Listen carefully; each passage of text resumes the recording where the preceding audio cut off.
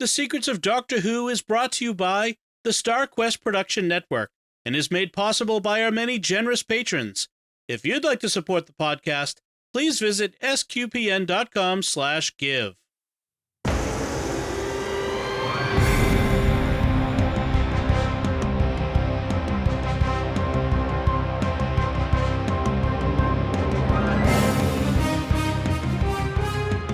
You're listening to The Secrets of Doctor Who, where we discuss everything about the hit BBC series Doctor Who. And today we're discussing the Big Finish audio story starring Missy called The Broken Clock. I'm Dom Bettinelli, and joining me today on the panel are Father Cory Sticha. Hi, Father Cory. How's it going? Very well, thanks. And Jimmy Akin. Hi, Jimmy.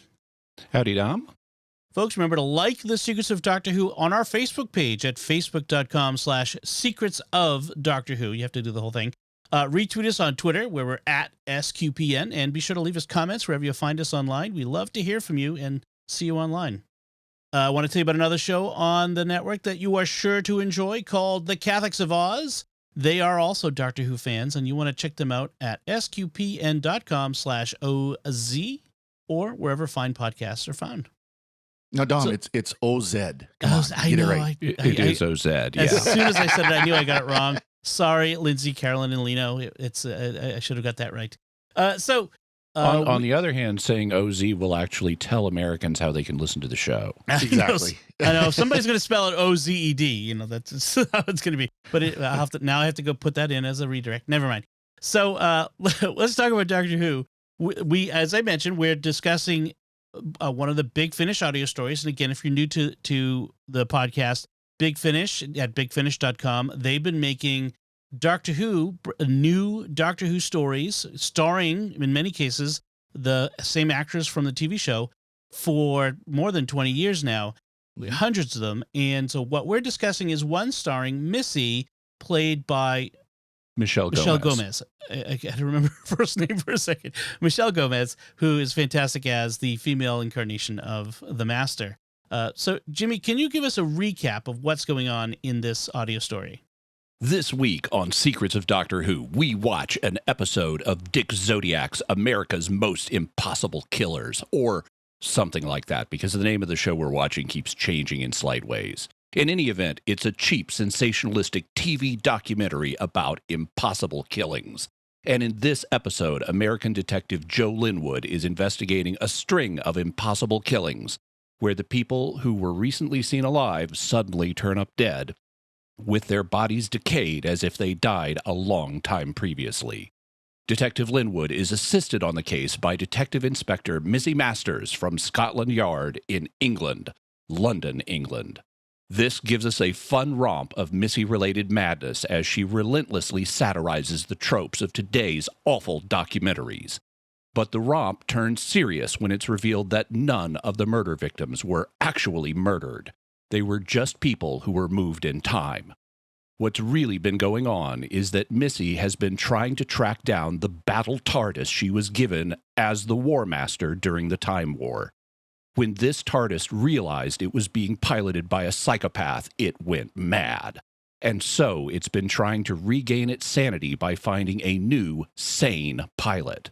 Each of the apparent murder victims was someone who agreed to become its pilot, but each died for various reasons, and the TARDIS then returned them to where they first became the pilot to keep the timeline straight.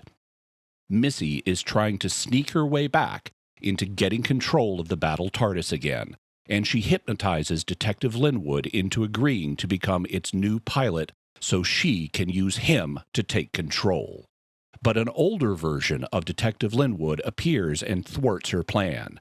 He and his younger self escape, leaving Missy to the mercies of her battle TARDIS, though we later learn that she hit the TARDIS's factory reset, and so Missy survived, her plan going wrong, as it should be. The end.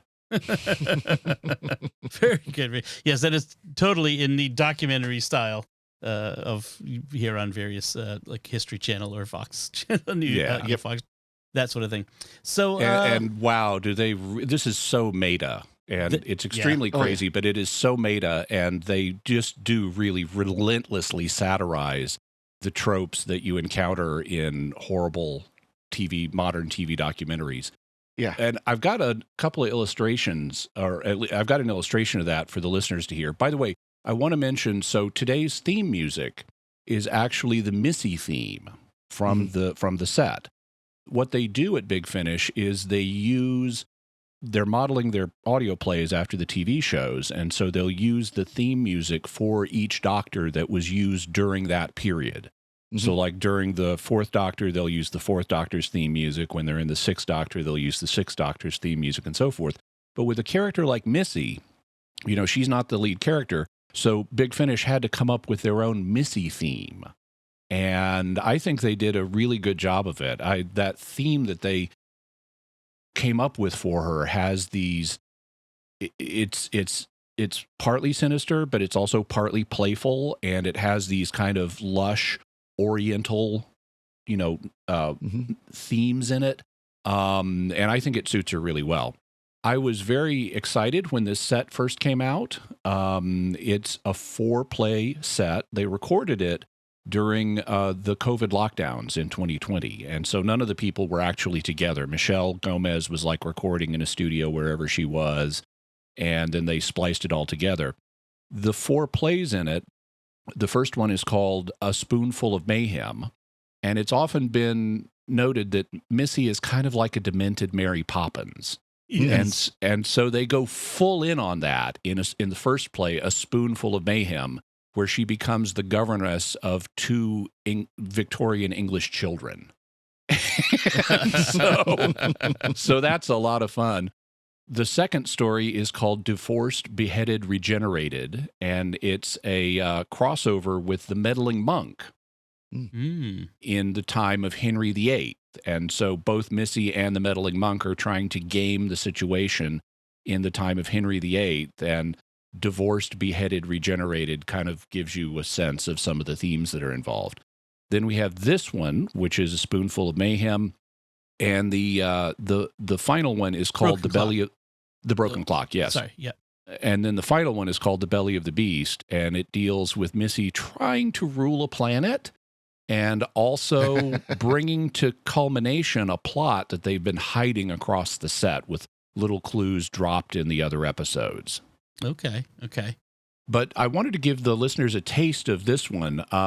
In the kind of the first part of this story, we're listening to an episode of whatever this show is called. I mean, at one point we're told it's Dick Zodiac's America's Most Impossible Killers, which is an awesome title, but they keep varying a little bit. And they're doing a reenactment of like these an early impossible killing where this security guard turns up dead, but it's like he was here minutes ago and now he's been dead for a long time. How does that work? And they, as part of the investigation, we go to another of the pilot's homes, this time a rich heiress who collects things, and she's turned up dead too. And we get to meet her maid, and it is clear immediately that her maid is being impersonated by Michelle Gomez as Missy. Only she's using this ridiculous Mexican accent. It sounds it sounds terrible. Yes. We then introduce the character Missy Masters of Scotland Yard, who they do stress it's in England. and Missy Masters is not initially played by Michelle Gomez, so it's not Missy. It's an actress pretending to be Missy, and her accent is all wrong. Yeah. And eventually, it sounds British to me. It doesn't sound Scottish. It doesn't sound Irish. It just sounds British to me. But she's trying to make it sound Scottish by throwing in things like laddie, and stuff like that. And then it all becomes too much for Missy, and we hear this. Sorry, but I had to stop this right now. This is just terrible. Do we have to tell the story this way? What's wrong with it? Where do I begin? For a start, you're just saying what happened in voiceover, and these actors just perform what you've just said, and then you repeat what they've done over and over again. It's utterly tedious. Well, that's what we do on Dick Zodiac's Strange and Impossible Killers.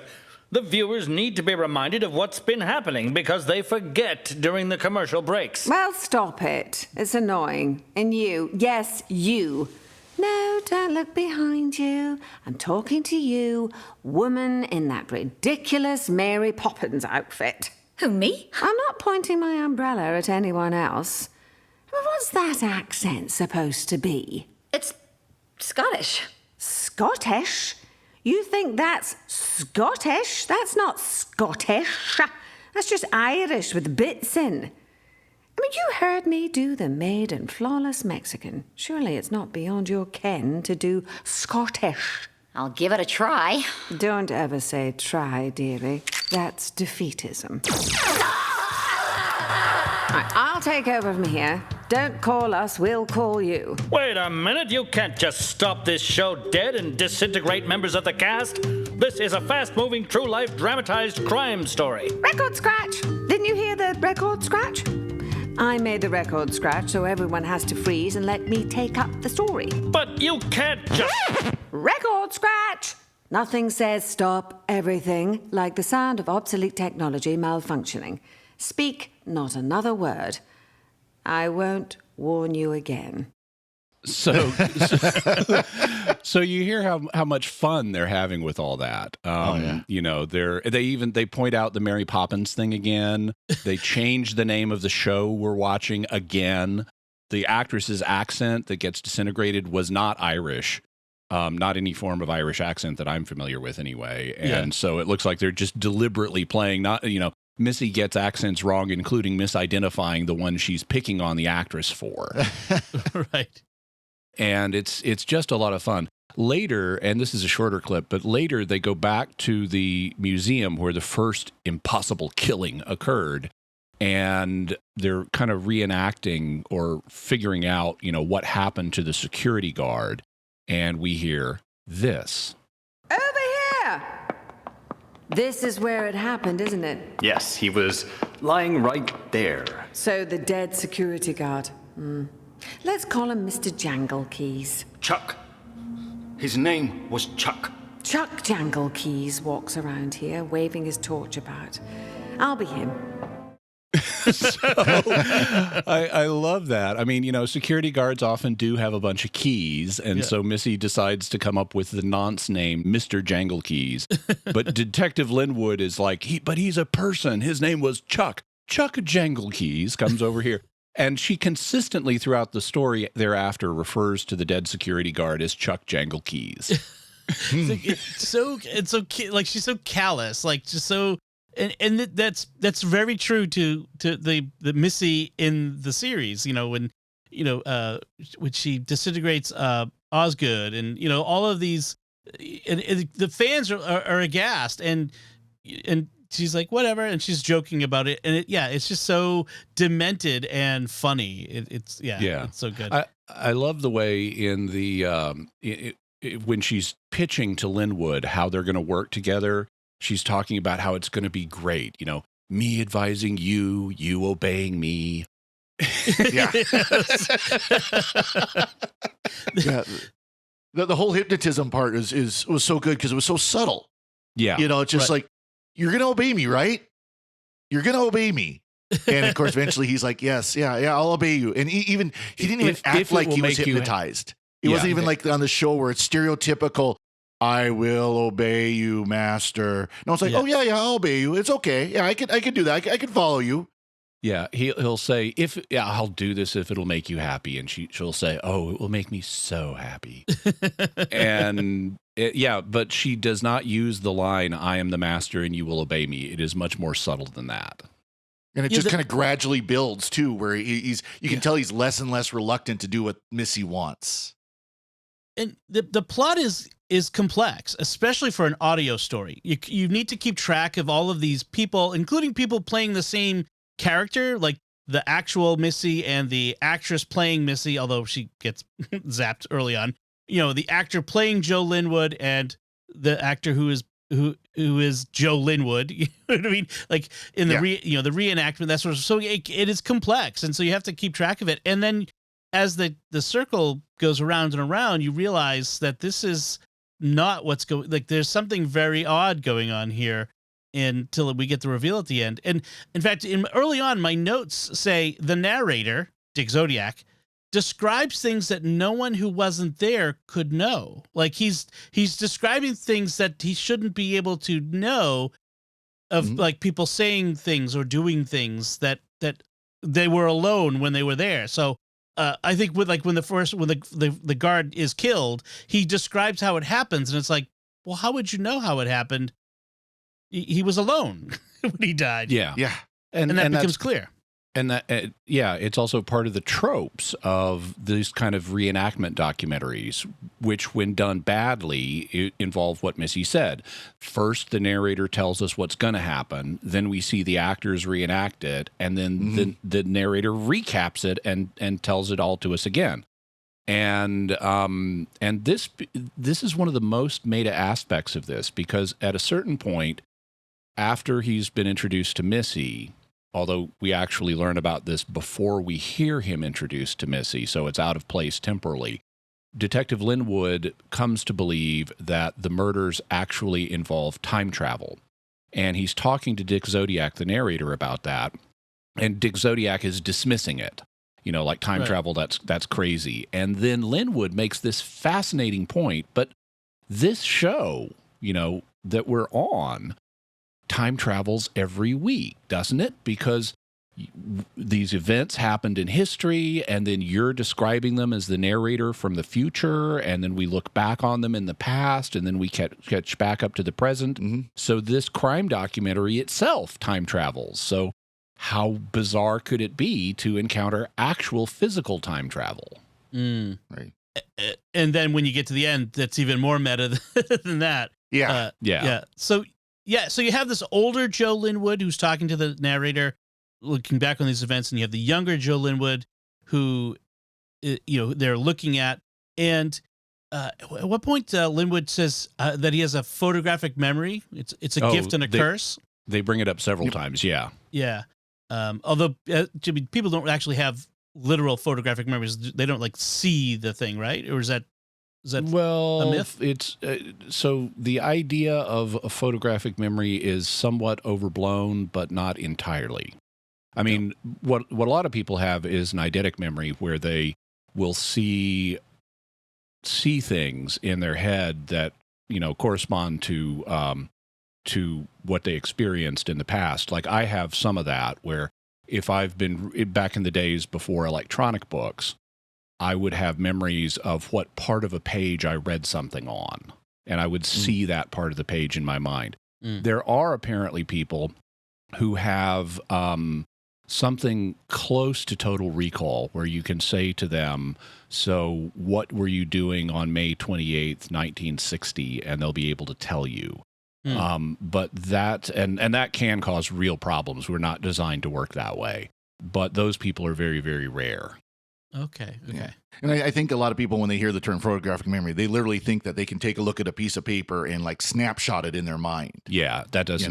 That doesn't really happen exist, as far as I know. But that's how it's usually portrayed on TV screen, on TV, TVs and movies. Yeah.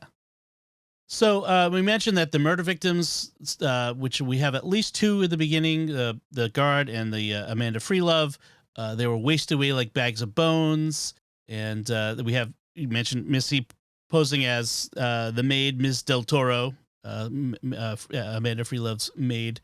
I love how at one point, she's trying to answer as if she's a Mexican woman, and so she'll be saying "sí," instead of "yes," right. and then later she says "ja," and it's like, that's German. Exactly. Well, at one point she sounded like a stereotypical Asian woman too. Yeah. Yes.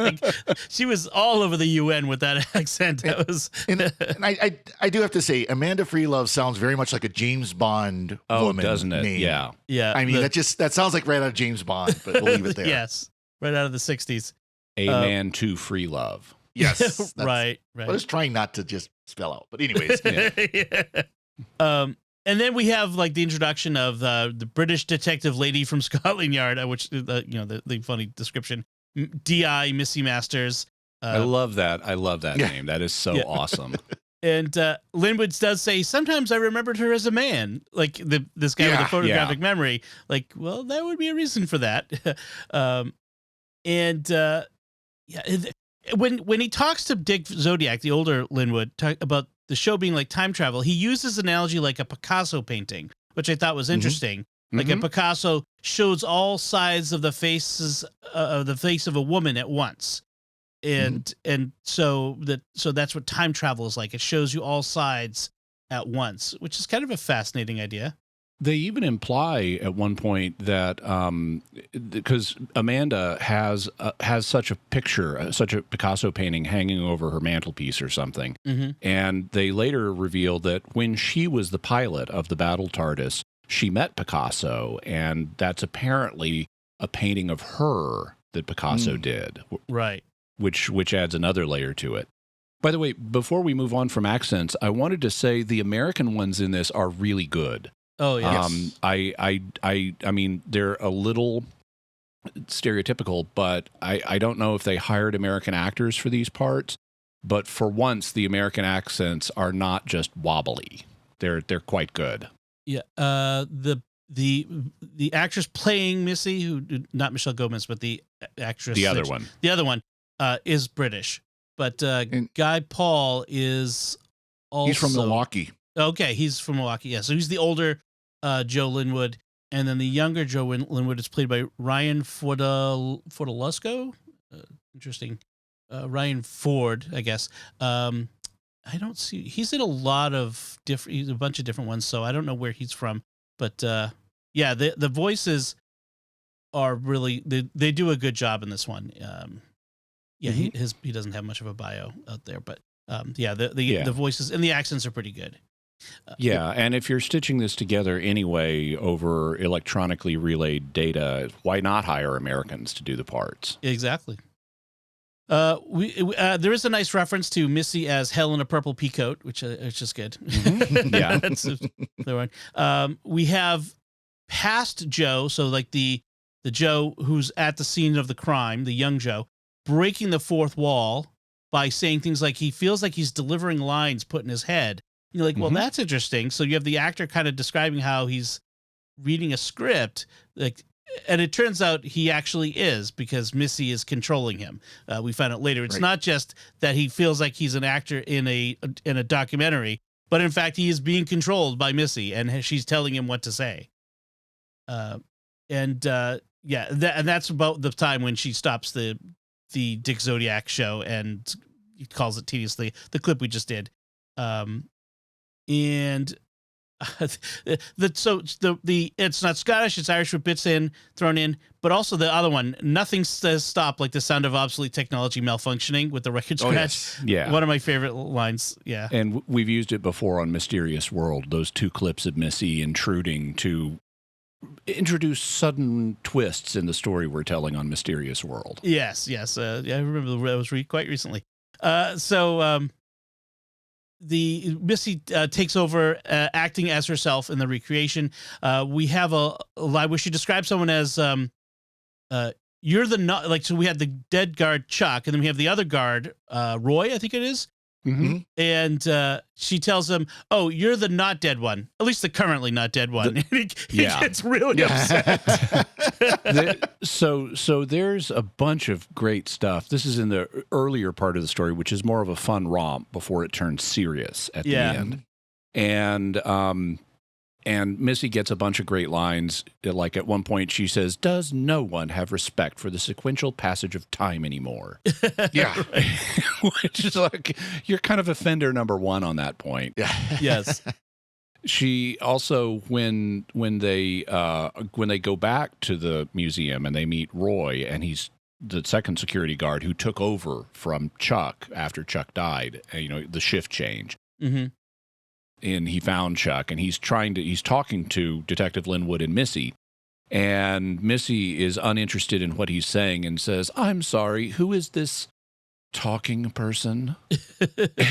And then after it's clarified that he's the other security guard, his Schiff, that's his last name, Roy Schiff, she starts torturing him with his imminent death. you know. Yeah, And it's just brilliant how they do it. I mean, she's talking to him. Oh yes, the currently not dead security guard.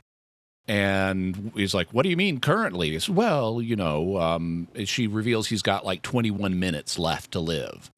And he keeps asking, well, wait, what do you mean I'm going to die in 21 minutes? And she's like, why do people always, ask that, ask the same thing over and over again when you tell them they're going to die? I mean, it should be perfectly obvious. If I said, oh, you dropped your pen, you wouldn't ask, what do you mean I dropped my pen? You just pick it up. And so in the same way, if someone tells you you're going to die, you should just make the most of it. Some people like to pray, if you're into that sort of thing. Other people like to try to find some sort of meaning that they can eke out of their now rapidly dwindling existence, and so forth. And she keeps, even though she's told him he's got 21 minutes, she keeps dropping the number on him much faster than that. And she starts talking about how it's possible that my skills in informing someone about the fact they're going to die may leave something to be desired, although I've certainly had enough practice.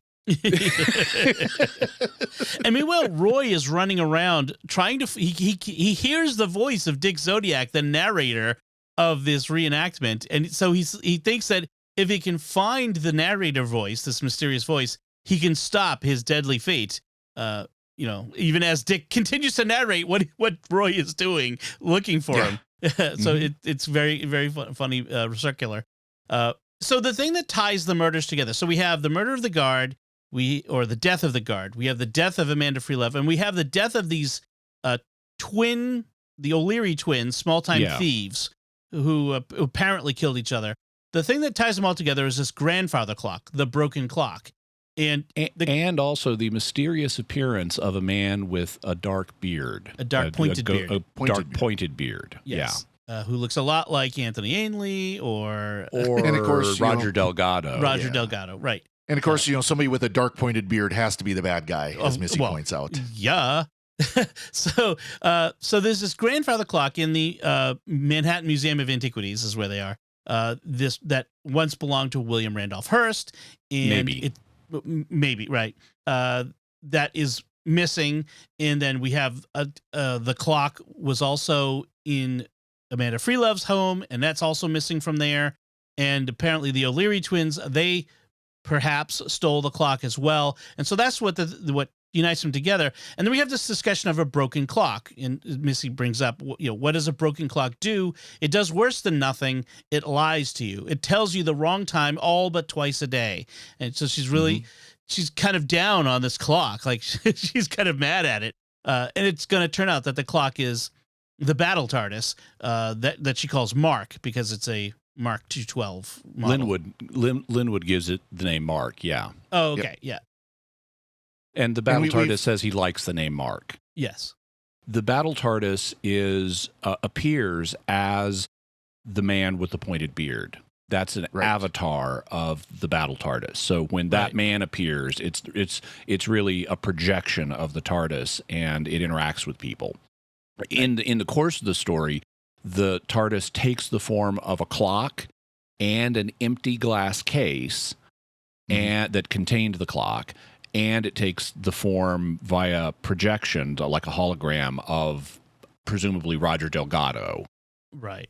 Yeah. And we've seen the Master's TARDIS as a broken clock before when we did a Big Finish series about where the Master was under arrest by UNIT.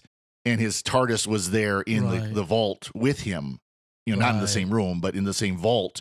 And he was able to escape in through that TARDIS. So we've seen that happen before. So it also appears in clock form, in grandfather clock form, in the televised show.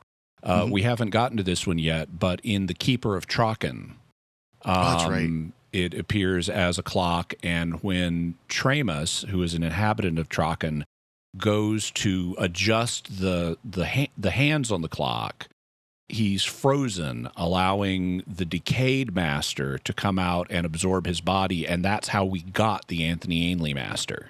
Oh, okay. So Missy suggests, meanwhile, that she and Joe are potentially crazy since they both think that they're in a documentary, which is interesting. And he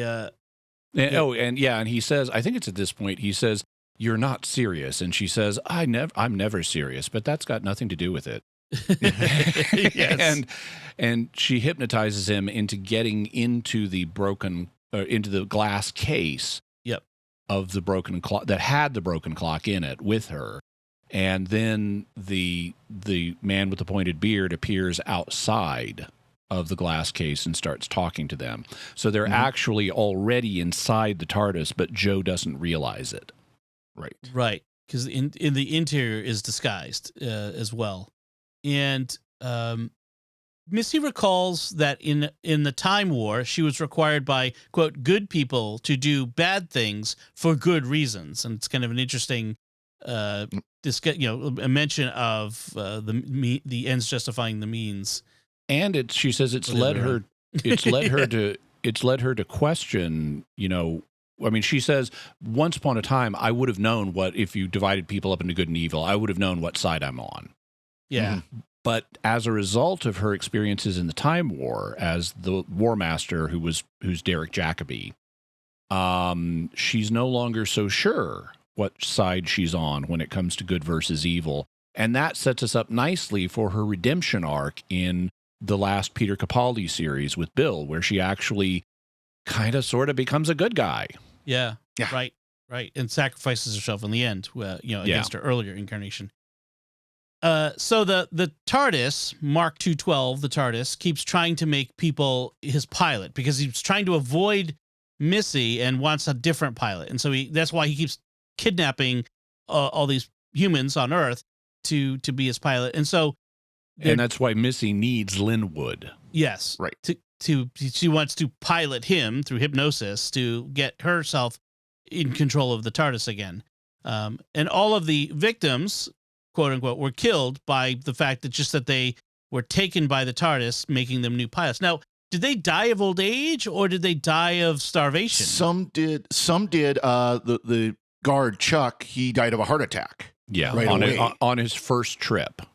He went to this amazing location in space, and it was too much, and he had a heart attack. Right. And the brothers. Sorry. The O'Leary brothers got greedy. They did a bunch of bank heists, so we had a bunch of time heists. Nice. And they got greedy and killed each other. Yep.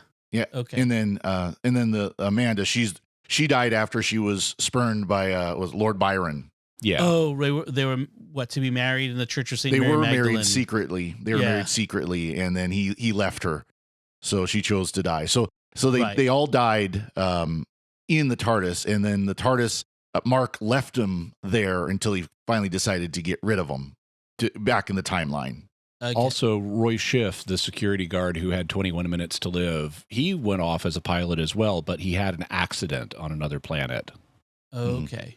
Yeah, that's the thing is like with the Doctor and his companions, they barely make it out of most things. So a person traveling by themselves without a Time Lord to help them out it's going to be a high mortality rate on that.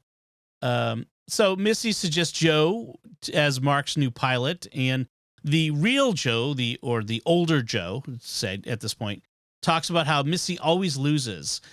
She'd used Joe to get near her TARDIS, which was avoiding her for how she treated it.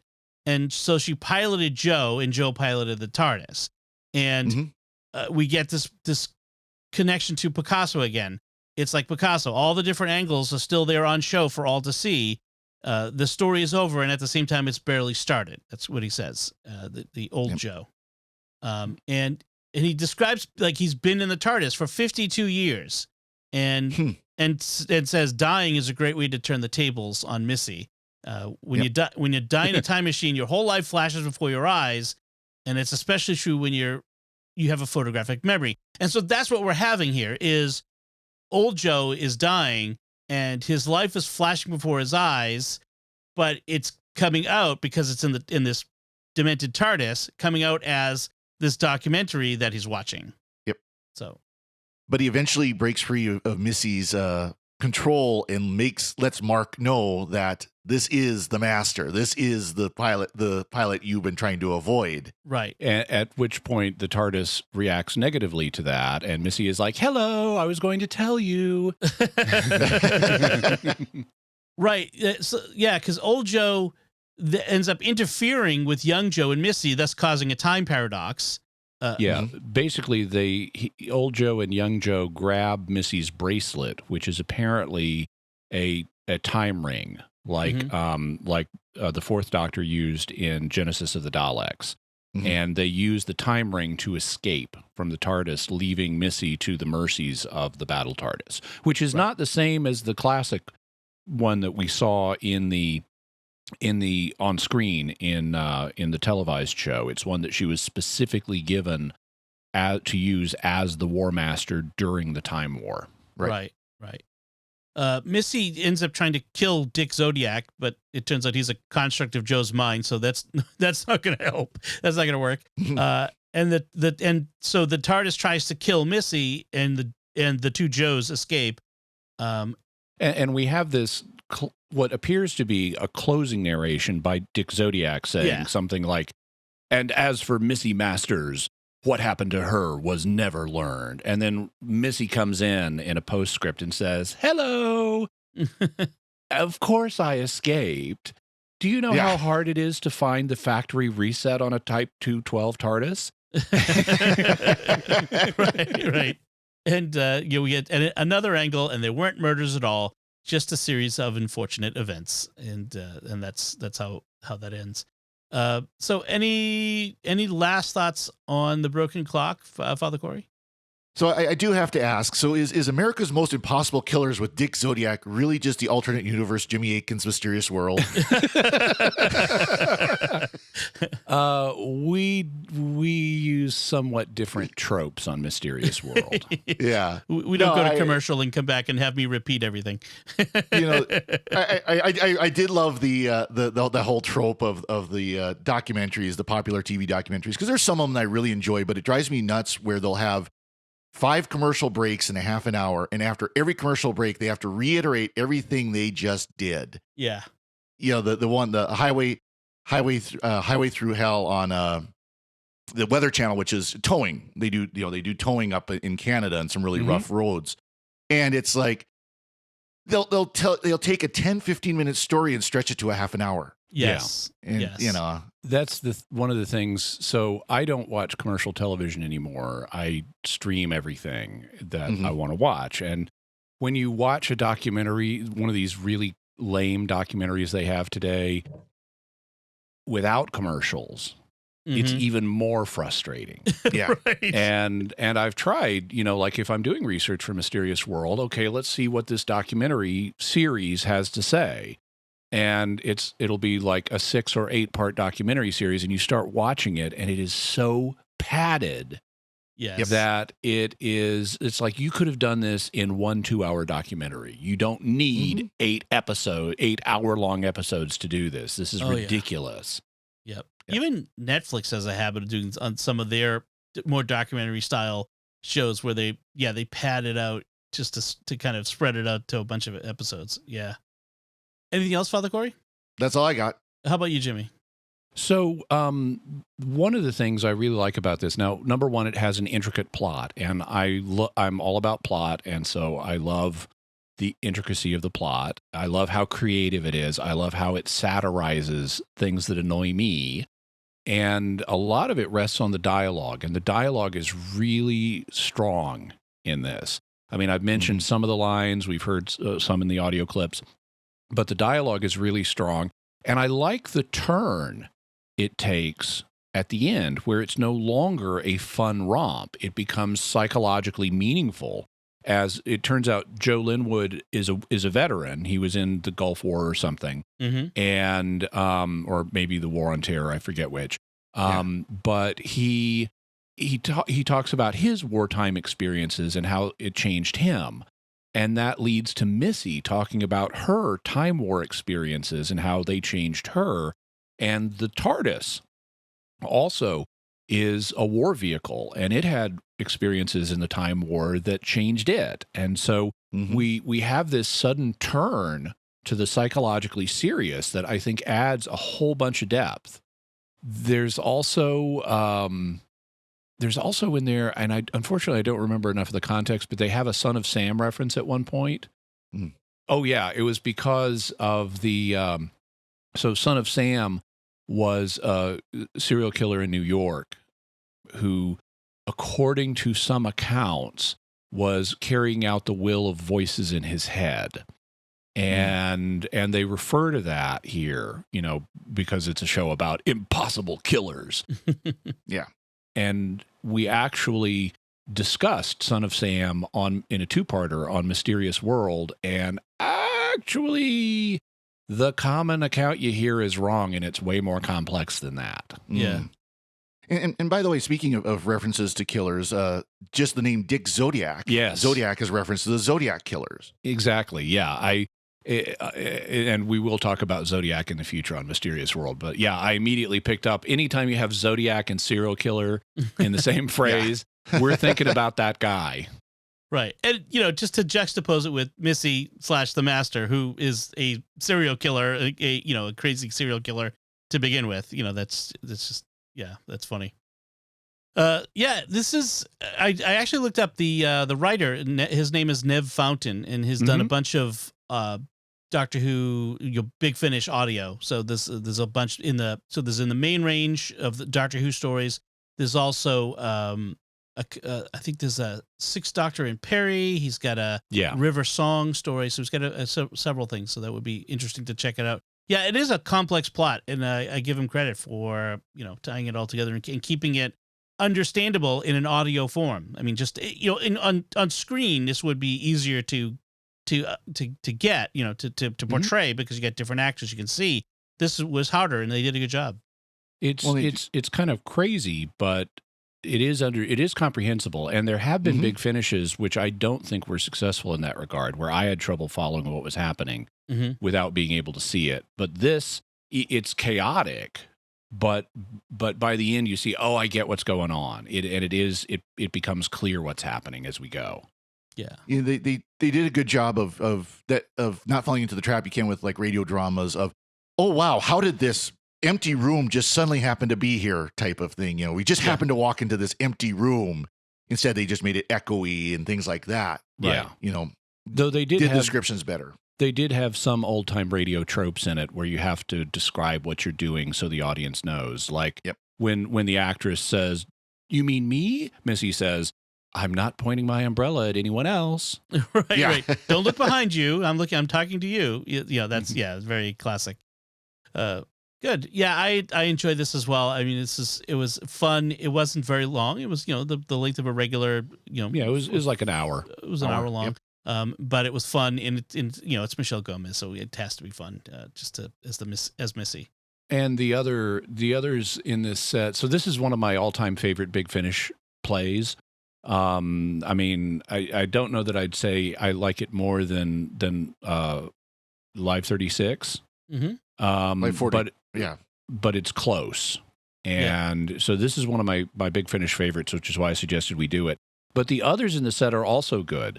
In A Spoonful of Mayhem, it's nice to see them lean into Missy as a demented Mary Poppins governess. Yes. Her romp with the meddling monk, who's kind of like Missy. He's not evil like the Master, but he is a meddler.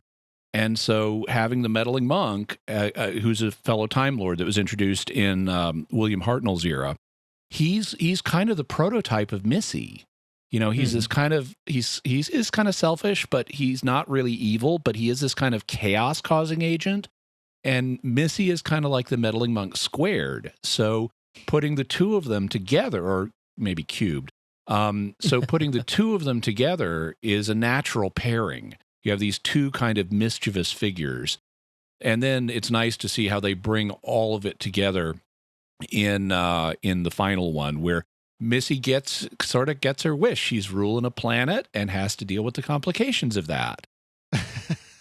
And they also tie everything up. But remember, this is not her traditional TARDIS. This is only one she was given in the Time War. So she is not as attached to this TARDIS as she would be her own. Right. And that plays a role in the fourth story. Interesting. Nice.